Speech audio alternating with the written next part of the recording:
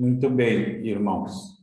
Nós hoje, então, vamos começar a estudar os capítulos 4 e 5, portanto, de Apocalipse. Tá? A partir daqui, você vai observar logo no início que o autor chama a atenção para as coisas no céu. Bom, nós precisamos manter na nossa mente um conceito de que a Bíblia que João possuía quando ele escreveu o Apocalipse era o Antigo Testamento. Então, se a gente tirar o Antigo Testamento do Novo, sobra muito pouca coisa do Novo. E a linguagem que João usou era uma linguagem do templo. E o nosso assunto hoje é um quadro de toda a criação na presença de Deus. Toda a criação na presença de Deus. Também, para a lição de hoje, precisamos nos lembrar que Apocalipse foi escrito para confortar o povo. E é uma revelação de Deus para confortar o povo. Além disso, de ser uma revelação de Deus para confortar o povo, nós temos 7 paralelos em Apocalipse. Eles mostram toda a história, é um quadro da história, desde a queda até a volta de Jesus Cristo. E o primeiro quadro que nós vamos ver hoje é o quadro de toda a criação já redimida e no céu, na presença de Deus. Há alguns termos aí na língua grega que nós precisaremos destacar, vamos mencioná-lo à medida que avançar, tá bom? Agora vamos ouvir a palavra de Deus em Apocalipse 4 e Apocalipse 5. Eu quero dizer que só ouvir este texto é arrepiante, é uma coisa assim impressionante, fantástica. Só ouvir este texto. Então vamos ouvir a palavra de Deus, começando no capítulo de número 4.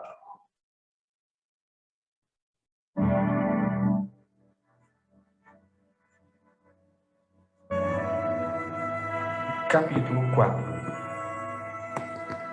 Depois destas coisas, olhei, e eis não somente uma porta aberta no céu, como também a primeira voz que ouvi, como de trombeta ao falar comigo, dizendo: sobe para aqui, e te mostrarei o que deve acontecer depois destas coisas. Imediatamente eu me achei em espírito, e eis armado no céu um trono, e no trono alguém sentado. E esse que se acha assentado é semelhante no aspecto à pedra de jaspe e de sardônio. E ao redor do trono há um arco-íris semelhante no aspecto à esmeralda.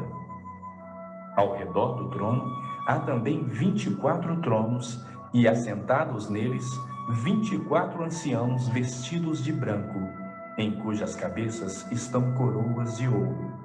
Do trono saem relâmpagos, vozes e trovões, e diante do trono ardem 7 tochas de fogo, que são os 7 Espíritos de Deus. Há diante do trono um como que mar de vidro, semelhante ao cristal, e também no meio do trono e à volta do trono, 4 seres viventes, cheios de olhos por diante e por detrás.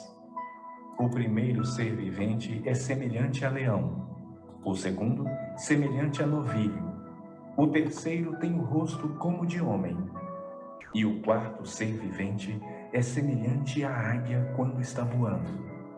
E os 4 seres viventes, tendo cada um deles respectivamente 6 asas, estão cheios de olhos, ao redor e por dentro. Não tem descanso, nem de dia nem de noite, proclamando: Santo, Santo, Santo é o Senhor Deus, o Todo-Poderoso, aquele que era, que é e que há de vir. Quando esses seres viventes derem glória, honra e ações de graça ao que se encontra sentado no trono, ao que vive pelos séculos dos séculos, Os 24 anciãos prostrar-se-ão diante daquele que se encontra sentado no trono. Adorarão o que vive pelos séculos dos séculos e depositarão as suas coroas diante do trono, proclamando: Tu és digno, Senhor e Deus nosso, de receber a glória, a honra e o poder, porque todas as coisas tu criaste, sim, por causa da tua vontade vieram a existir e foram criadas.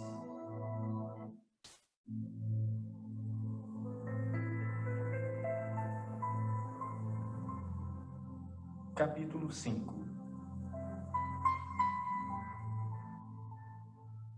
Vi na mão direita daquele que estava sentado no trono um livro escrito por dentro e por fora, de todo selado com 7 selos. Vi também um anjo forte que proclamava em grande voz: Quem é digno de abrir o livro e de lhe desatar os selos? Ora, nem no céu, nem sobre a terra, nem debaixo da terra, ninguém podia abrir o livro, nem mesmo olhar para ele. E eu chorava muito, porque ninguém foi achado digno de abrir o livro, nem mesmo de olhar para ele. Todavia, um dos anciãos me disse: Não chores. Eis que o leão da tribo de Judá, a raiz de Davi, venceu para abrir o livro e os seus 7 selos. Então vi no meio do trono e dos 4 seres viventes, e entre os anciãos, de pé, um cordeiro como tendo sido morto. Ele tinha 7 chifres, bem como 7 olhos, que são os 7 Espíritos de Deus enviados por toda a terra. Veio, pois, e tomou o livro da mão direita daquele que estava sentado no trono. E quando tomou o livro, os 4 seres viventes e os 24 anciãos prostraram-se diante do Cordeiro, tendo cada um deles uma harpa e taças de ouro cheias de incenso, que são as orações dos santos, e entoavam um novo cântico, dizendo: Digno és de tomar o livro e de abrir-lhe os selos, porque foste morto e com o teu sangue compraste para Deus os que procedem de toda tribo, língua, povo e nação.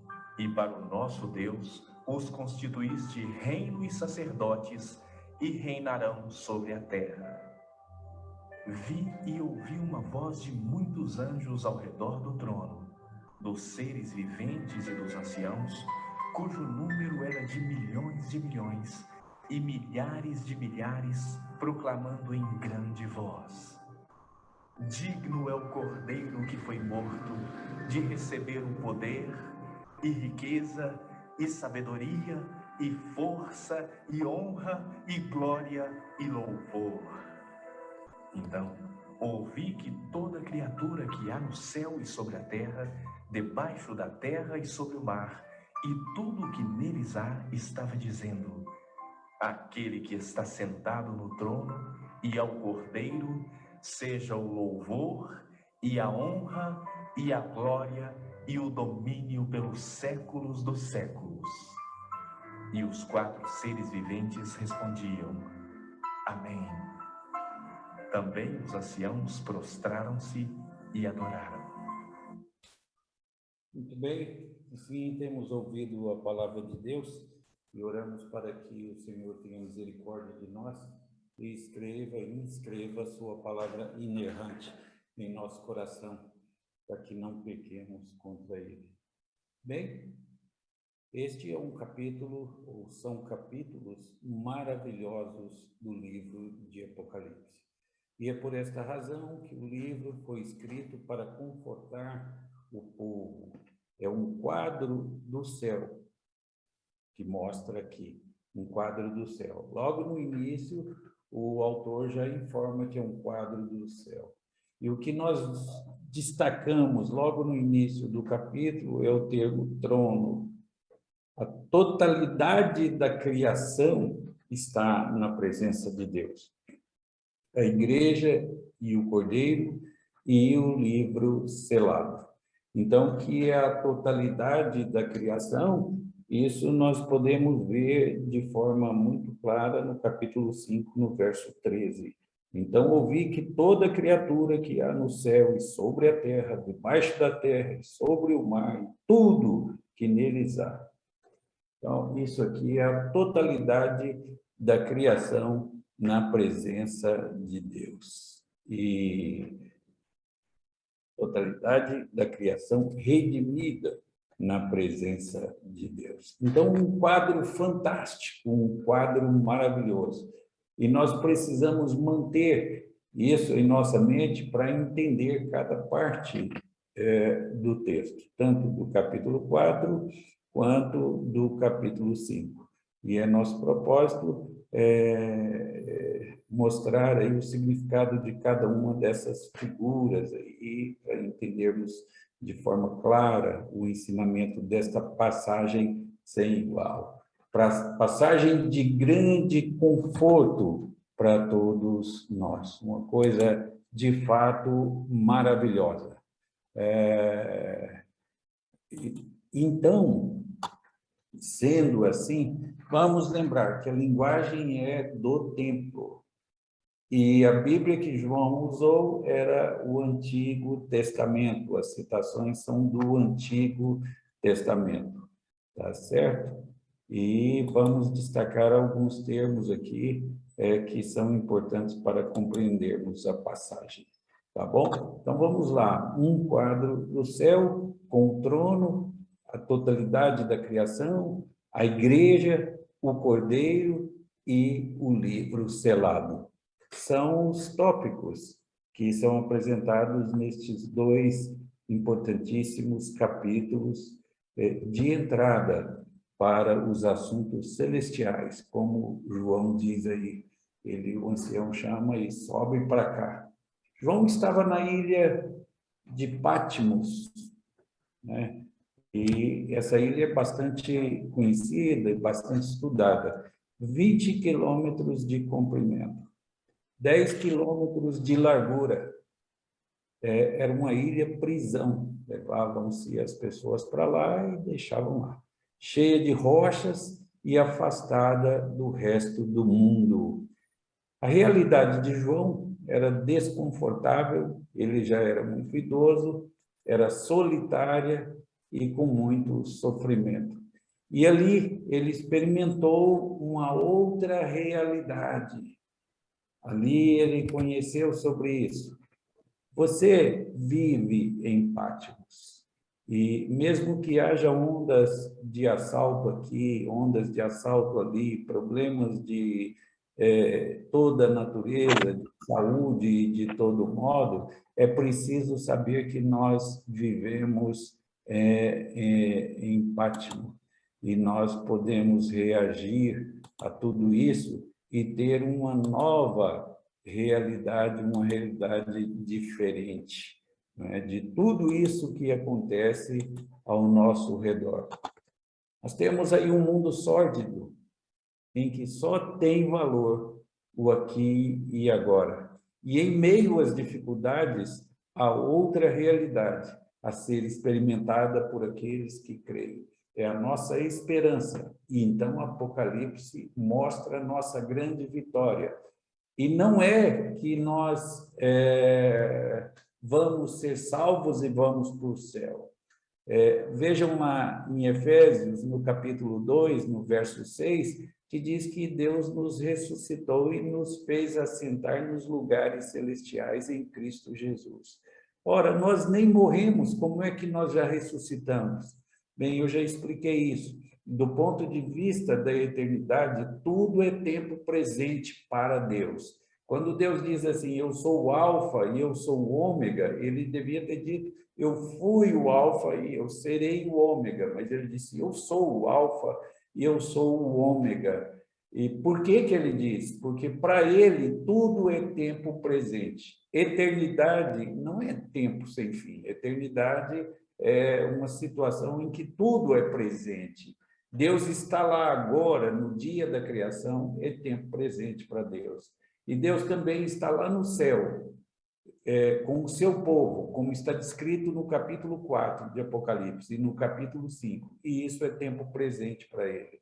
Ele não só sabe do nosso julgamento, ele já aconteceu, e Paulo diz que nós já estamos assentados no céu. Isso é maravilhoso de se considerar. Nós já estamos lá. Então, o capítulo 4 e o capítulo 5 de Apocalipse mostram-nos uma realidade vitoriosa do povo de Deus, vitoriosa de Deus.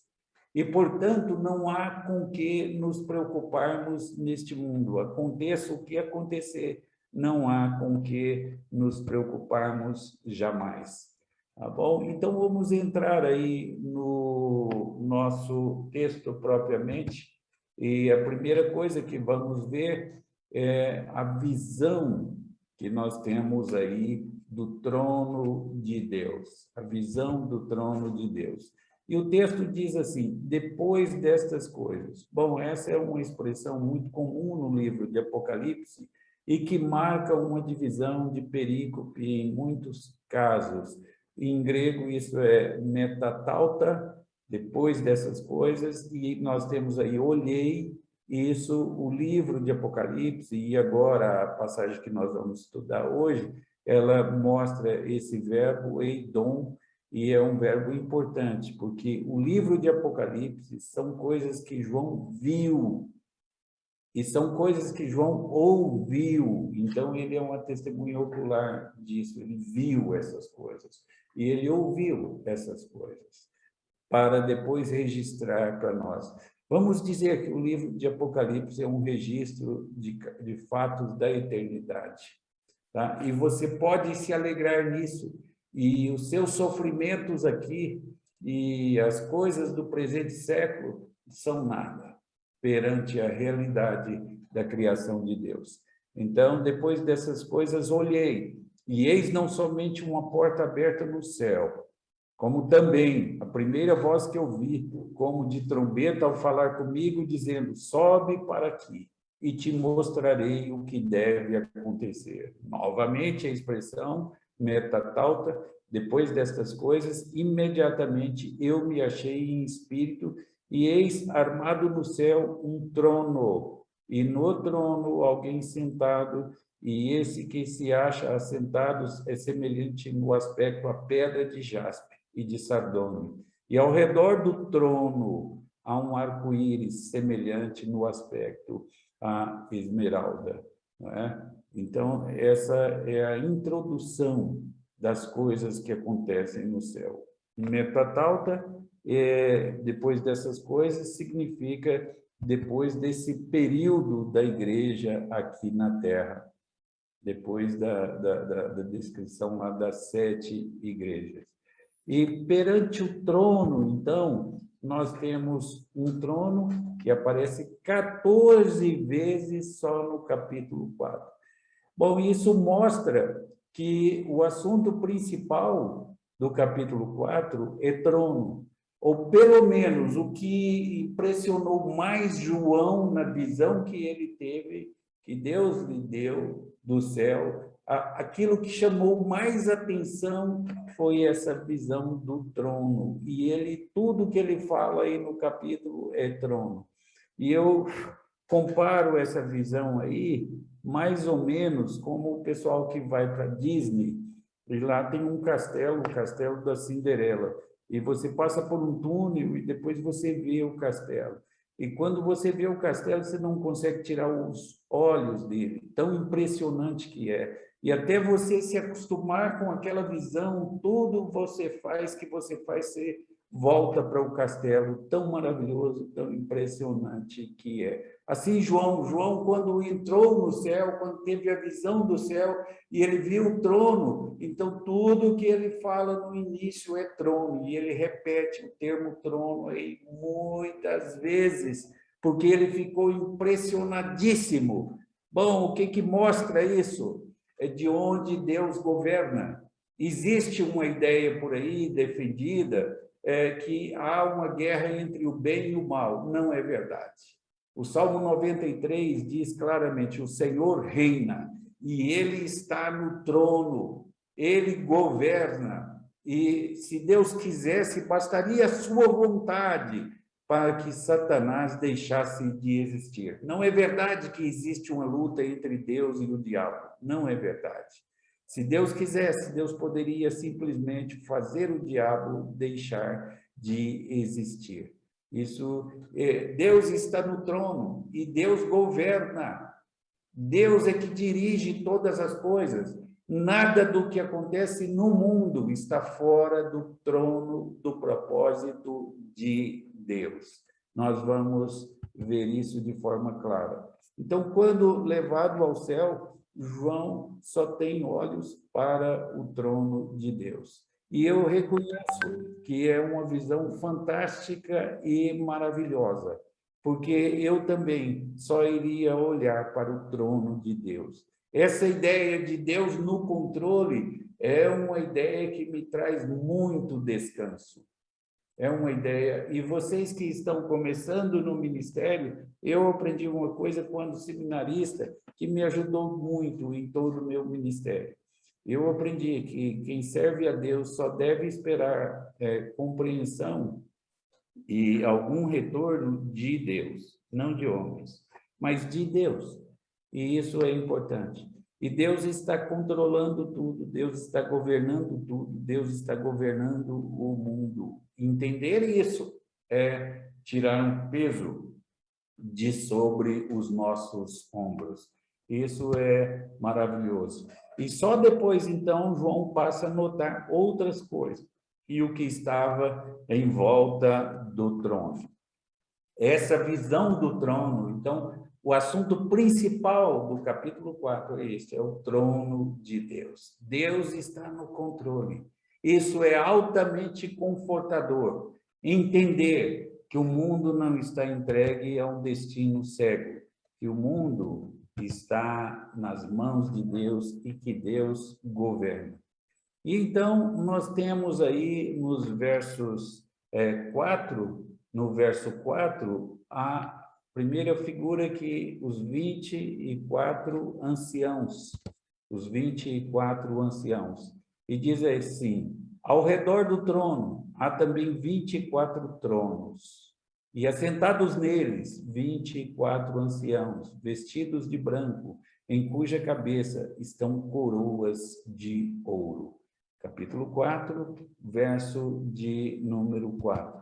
Bem, o que são essas coisas? O que são esses 24 anciãos, essa primeira figura? Quem são eles? Eles são a antiga e a nova aliança. 12 tribos da nação de Israel e 12 apóstolos de Jesus Cristo. Os apóstolos representam a nova aliança e as 12 tribos representam a antiga aliança. Qual é a coisa curiosa que existe aí? É que eles estão juntos, são 24 anciãos. Então, o que mostra isso? Que a igreja de Deus é única, é uma só. A igreja do Antigo e a igreja do Novo Testamento. Aí, em Apocalipse 4, nós temos a totalidade dos salvos na presença de Deus. Os 24 anciãos representam a totalidade da igreja e a unidade dessa igreja no reino celestial. Tá? Deus tratou com 2 grupos de pessoas, é verdade. Deus tratou com Israel, descendente de Abraão na carne, e Deus também tratou com a igreja. Agora, Deus não deixou esses 2 grupos separados. Se você olhar aí em Efésios 2, os versos 11 a 16, o que você encontra é que Deus, dos 2, fez um em Jesus Cristo, um único povo. E o que nós encontramos aí em Apocalipse, capítulo 4, é esse único povo. Os 24 anciãos retratam essa igreja unida. Eles estão juntos. E Efésios, capítulo 2, de 11 a 16, não deixa margem a nenhum tipo de dúvida. E só para que a gente tenha isso de forma bem clara, eu vou ler aqui essa passagem que nos diz assim: portanto, lembrai-vos de que outrora vós, gentios na carne, chamados incircuncisão por aqueles que se intitularam circuncisos na carne por mãos humanas, naquele tempo estáveis sem Cristo, separados da comunidade de Israel e estranhos à aliança da promessa, não tendo esperança e sem Deus no mundo.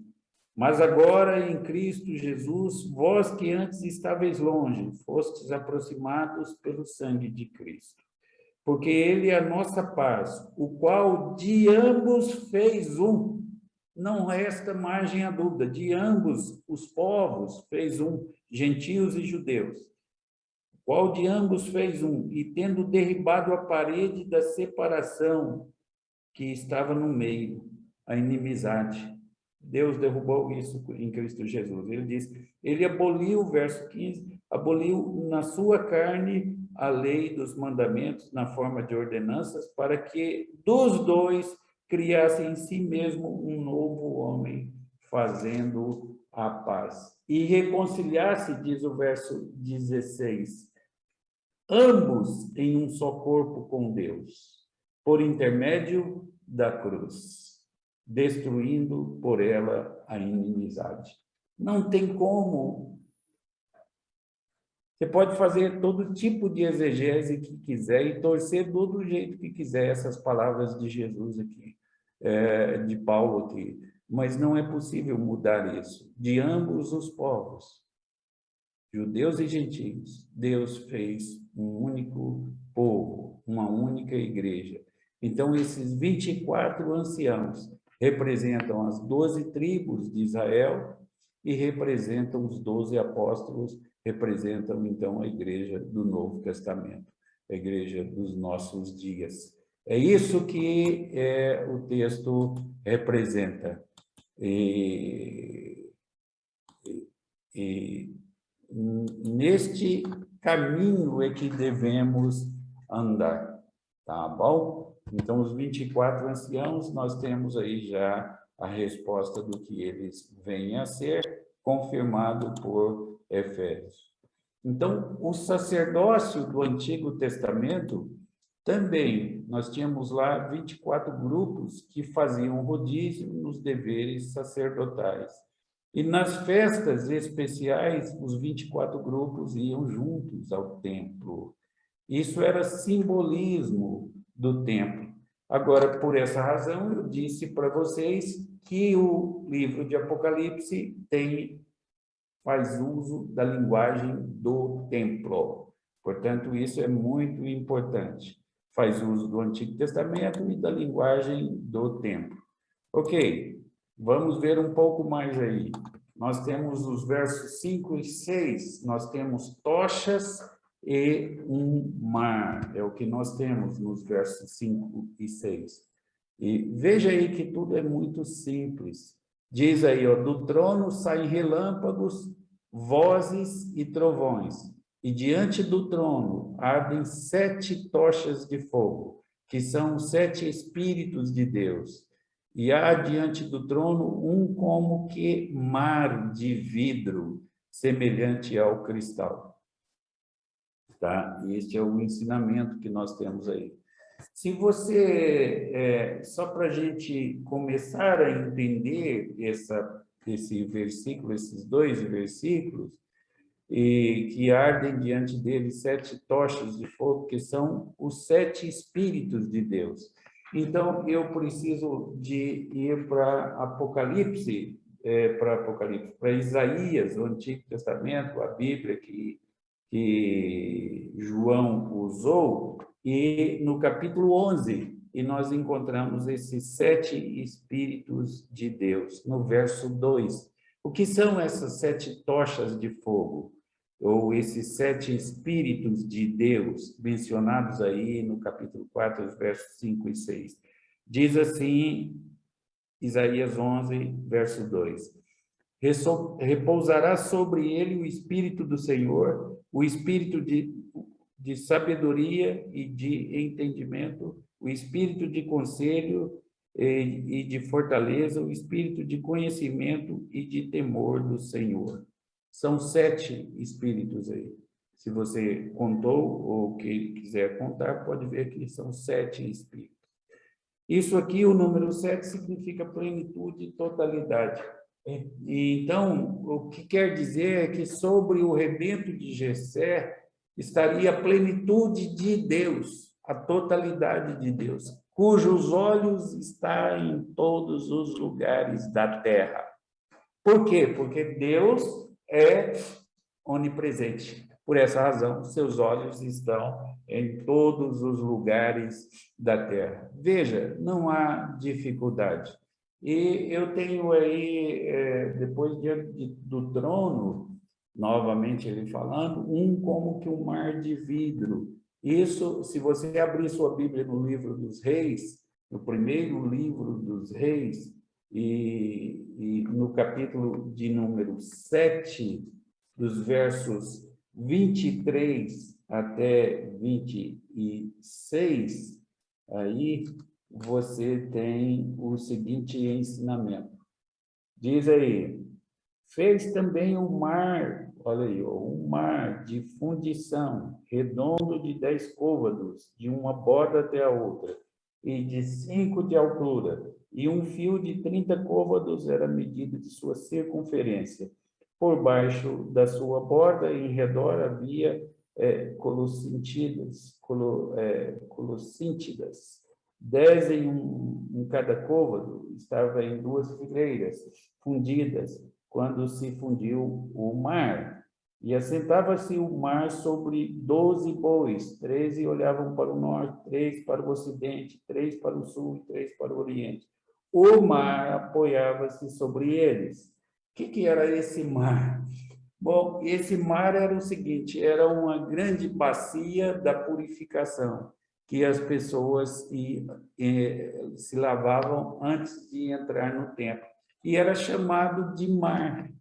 Bom, nós temos isso aí, nessa descrição aí do capítulo 4. E também lá no capítulo 21, diz que o mar já não existe. Por que já não existe lá no capítulo 21? Não existe pelo seguinte motivo: lá no céu, nós não precisaremos mais de purificação, porque era a bacia da purificação, certo? Então, lá no capítulo 21, quando tudo já terá terminado, então o mar já não existe. E é isso que ele representa, o texto de Reis, do livro de Reis, capítulo 7, os versos 23 a 26. Então, é simples demais, basta você conhecer o Antigo Testamento. Então, tochas de fogo e um mar. 7 tochas queimando perante o trono. É isso lá de Deus. Correspondem aos 7 candeeiros, certo? Correspondem aos 7 candeeiros. E os 7 candeeiros representam a igreja, que é a luz do mundo. Vós sois a luz do mundo. Apocalipse capítulo 1, verso 19 e 20. Os candeeiros são a igreja, eles estão queimando lá. Agora, o que é o mar? Já expliquei para vocês. Era aquela bacia da purificação lá. Judeu na verdade, homens de terra firme. E quando que o judeu vai ao mar? Olha, muito pouco. Né? Judeu não é chegar nisso. Noé, Jonas, Pedro, Tiago, João, enfim, pouca coisa. E talvez por causa daquele longo período no deserto, sabe-se lá, não é? Mas mar aqui é aquela bacia lá da purificação. Mar tranquilo, mas este mar é um mar tranquilo aí, esse aí. Uma bacia em frente do templo. Está aí o texto para você confirmar depois lá na sua Bíblia. Então, uma linguagem do templo. O mar era um utensílio do templo, e Apocalipse faz uso da linguagem do templo. Então, candeeiro é linguagem do templo, e tudo isso aí, mar é linguagem do templo, E essas 7 tochas acesas, linguagem do templo, tá? Ok, depois nós temos aí os 4 seres viventes, os versos 6 e 7. Eu quero mostrar para vocês a simplicidade do livro de Apocalipse e como isso é bem claro. Veja aí, os versos 6 e 7. E também no meio do trono e à volta do trono, 4 seres viventes cheios de olhos, por diante e por detrás. O primeiro ser vivente é semelhante ao leão, o segundo semelhante ao novilho, o terceiro tem o rosto como de homem, e o quarto ser vivente é semelhante à águia quando está voando. Né? Então, o que são esses 4 seres viventes? O que eles representam? O que são, então, esses seres e o que eles representam? Alguns dizem que são os 4 evangelhos. Outras pessoas dizem que representam a igreja do Novo Testamento. Outras pessoas acham que esses 4 seres viventes representam as 4 primeiras igrejas: Jerusalém, Antioquia, Alexandria e Constantinopla. Né? Outras pessoas que acham que são as 4 virtudes cardeais. Filosofam uma coisa. Outras pessoas acham que são os 4 elementos da terra: terra, água, fogo e ar. E acham que são esses 4 elementos da terra. Enfim, há muita especulação sobre isso. Mas o que são, de fato, esses 4 seres viventes? Alguns acham que são os 4 motivos da alma humana, filosofando bastante isso aí, né? Agora, o que eles são? Nós precisamos decidir. Qual é o significado verdadeiro disso? Numa primeira visão, a visão de Ezequiel, se você olhar lá no capítulo 1, versos 4 a 10, esses seres são anjos lá. Esses seres apareceram lá e são anjos. Lá numa segunda visão, no capítulo 10, versos 14 e 15, esses seres viventes lá são querubins, são identificados como querubins, certo? Agora, o que eles representam, tanto em Ezequiel quanto aqui em Apocalipse? Eles têm formas variadas, representando todo tipo de vida dentro da criação de Deus. Então, aqui, aquela chave exegética que eu já apresentei, que o texto é um quadro de toda a criação na presença de Deus, e isso está dito com clareza lá, então, isso vai nos ajudar a compreender o que são esses 4 seres viventes. Tem o leão, o novilho, o homem e a águia. E a ênfase está no fato de que eles estão vivos na presença de Deus. Eles são chamados de seres viventes. Então, diferente dos querubins que estão no templo, esses estão, de fato, vivos, né, na presença de Deus. E eles representam a totalidade da criação. Então,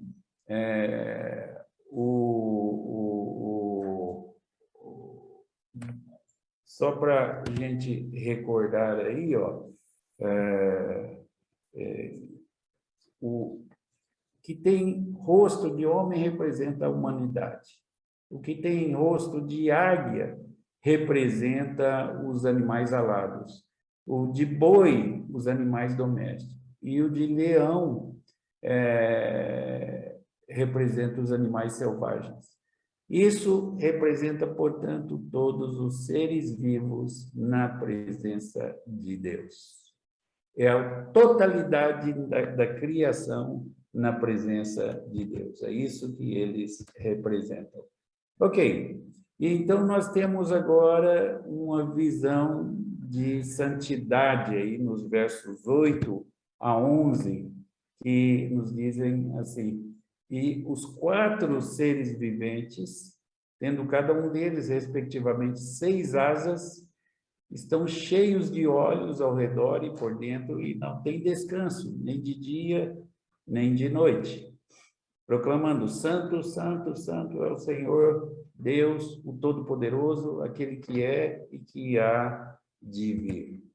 E quando esses seres viventes derem glória, honra e ações de graças ao que se encontra sentado no trono, ao que vive pelos séculos dos séculos, os 24 anciãos prostrar-se-ão diante daquele que se encontra sentado no trono, adorarão o que vive pelos séculos dos séculos e depositarão as suas coroas diante do trono, proclamando: Tu és digno, Senhor, e Deus nosso, de receber a glória, a honra e o poder, porque todas as coisas tu criaste. Sim, por causa da tua vontade vieram a existir e foram criadas. Ok? Então, essa é uma visão de santidade. Como é que eu...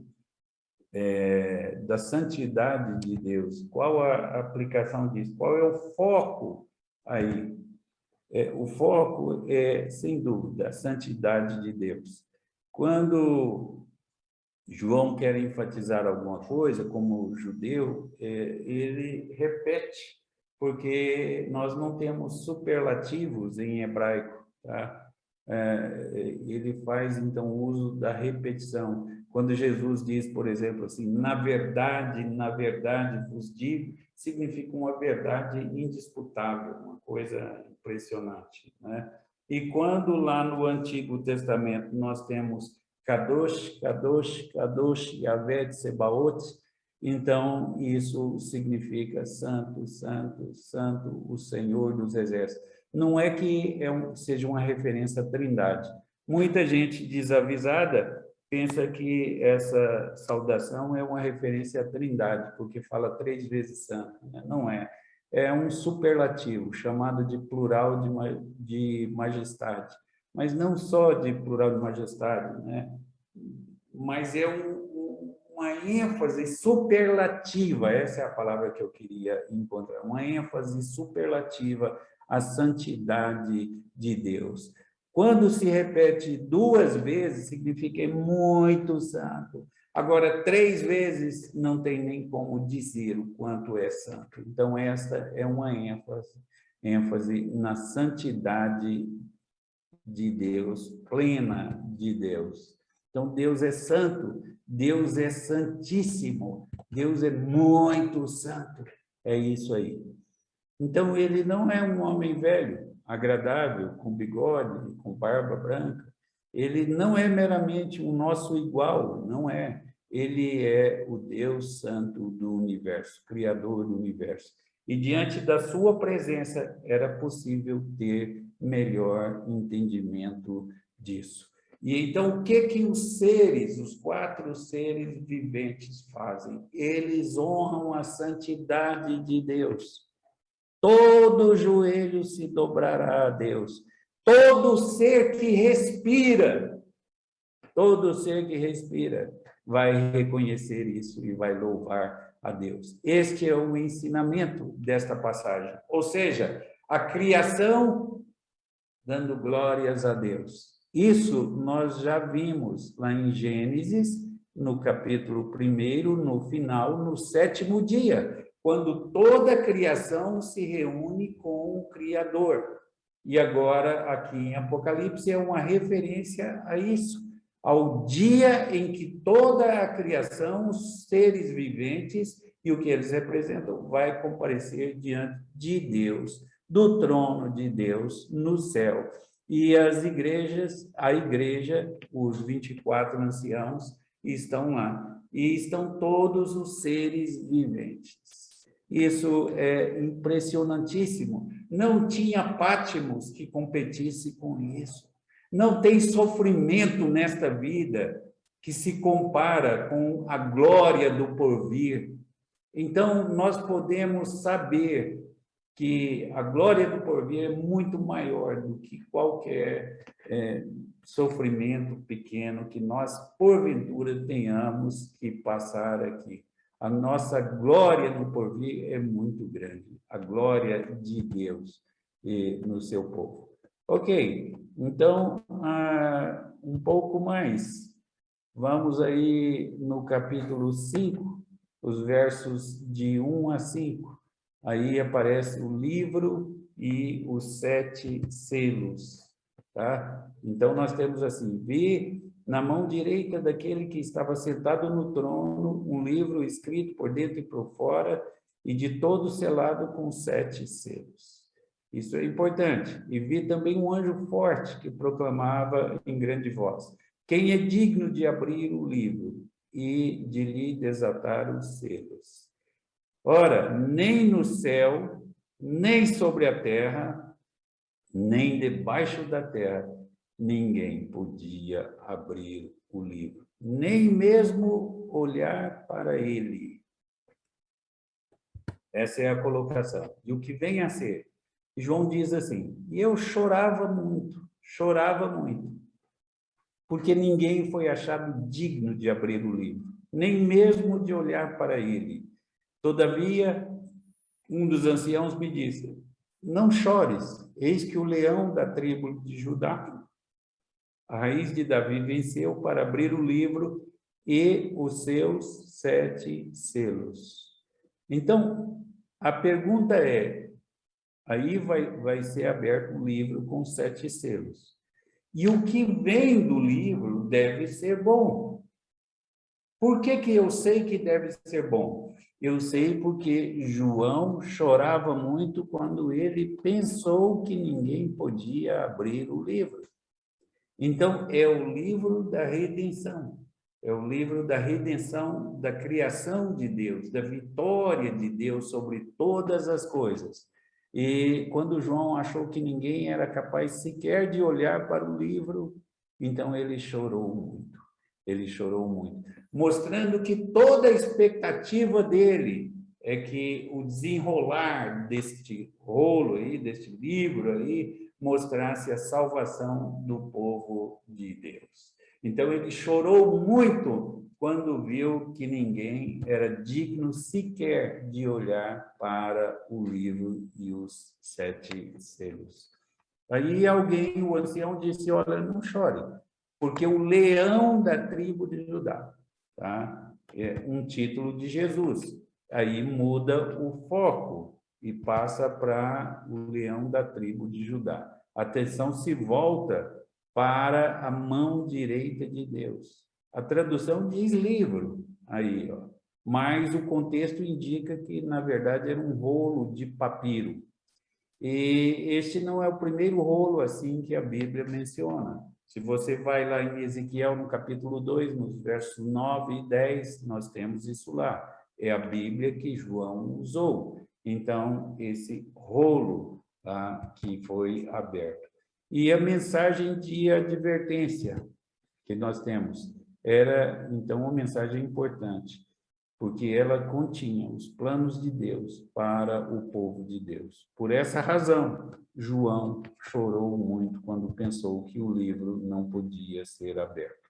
Então, nós temos o livro dos 7 selos. Mensagem lacrada. 7 selos significa isso, mensagem lacrada. E esta mensagem está escondida de olhos humanos. É por isso que é chamado de livro selado, com 7 selos. Não se pode saber os planos de Deus para a história humana. Só aquilo que Deus nos dá a conhecer. Eu tenho enfatizado para vocês que Deuteronômio 29, verso 29, diz que as coisas reveladas, elas pertencem a nós, mas as coisas encobertas pertencem a Deus. E que graças a Deus pelo que conhecemos, mas às vezes, mais graças a Deus pelo que não conhecemos. Se eu soubesse o dia que os meus filhos iam morrer, e enquanto eu estou vivo, antes deles morrerem, eu morreria, antes deles. Então, quer dizer, ainda bem que eu não sei. Aquilo que não está revelado não é para mim. Então, o que está revelado é para mim. O que está revelado? Apocalipse é revelação. É para mim. Eu posso saber disso. Então, não se pode saber os planos de Deus antes que eles aconteçam, exceto quando Deus anuncia por meio de profecia. Então, se é possível conhecer os planos de Deus, isso só é possível se o rolo for aberto para nós. E quando João cogitou da possibilidade de que ninguém podia nem olhar para o livro, então ele chorou muito por essa razão. Quem é digno de abrir o livro? E aí o ancião vai dizer que ninguém era qualificado. Na terra, ninguém é qualificado. Ninguém pode fazer isso. E, por essa razão, a frustração de João. E ele sabia que a informação do rolo era importante para o mundo todo. E, a menos que o rolo fosse aberto, o mundo não teria mais esperança. Esse é o fato. E essa é a razão pela qual João chorou muito. Portanto, essa expressão que João chorou lá, por causa disso, ela é chave para entendermos o significado. Ok, nós temos agora boas notícias. Dito aí que o leão da tribo de Judá venceu, é dito. E esse é um título de Jesus. Então, ele venceu. E Judá foi chamado lá de leão, lá em Gênesis 49, no verso 9. E foi prometido que de Judá viria o futuro rei. E nós sabemos que tudo isso tem que ver com a pessoa de Jesus Cristo. Então, João esperava ver um leão. Mas, em lugar disso, ele olhou, e aí, novamente, o verbo eidom, ele viu um cordeiro. Então, o que era isso? Então, este ensinamento, o Cordeiro de Deus, eis o Cordeiro de Deus que tira os pecados do mundo. Ele venceu e ele pode abrir, e é por isso que toda a criação diz, ele é digno. A palavra digno tem que ver com o vencedor. Ele é o vencedor e ele pode abrir o livro. Então, nós temos aí nos versos 5 e 6. Então vi no meio do trono e dos 4 seres viventes, e entre os anciãos de pé, um cordeiro como tendo sido morto. Ele tinha 7 chifres, bem como 7 olhos, que são os 7 Espíritos de Deus enviados por toda a terra. Isso está falando da plenitude de Jesus Cristo. Ele é o Cordeiro de Deus. E os 7 chifres são o poder, indica a plenitude de poder dele. Ele é o Cordeiro de Deus. Era um cordeiro que parecia ter sido morto. O que significa isso? Sua garganta devia estar cortada. Era um sacrifício sangrento desse cordeiro. Isso nos leva para o Antigo Testamento, antes mesmo de Moisés e os profetas. Tá? No jardim do Éden, isso nos joga lá no jardim do Éden. Quando Adão e Eva pecaram, antes de expulsá-los do jardim, Deus os cobriu com vestimenta de pele. E para Adão e Eva usar essas vestimentas, natural que algum tipo de animal foi morto para que a pele fosse usada. E isso era uma figura de Jesus. E Jesus foi o último sacrifício cuja vida foi tirada para cobrir os pecados de vocês e para cobrir os pecados do povo de Deus. Então, esse é o Cordeiro de Deus. Quais as características deste Cordeiro? 7 chifres. E isso significa um símbolo de força no mundo antigo, ilustrado lá no Antigo Testamento, no Salmo, no livro de Lamentações, no livro de Ezequiel. Plenitude, onipotência dele. 7 olhos. São 7 Espíritos de Deus enviados por toda a terra. E não se pode escapar da presença de Deus. Deus sabe do nosso trabalho e sabe das nossas dificuldades. Todas elas, nós estamos seguros nas mãos de Deus.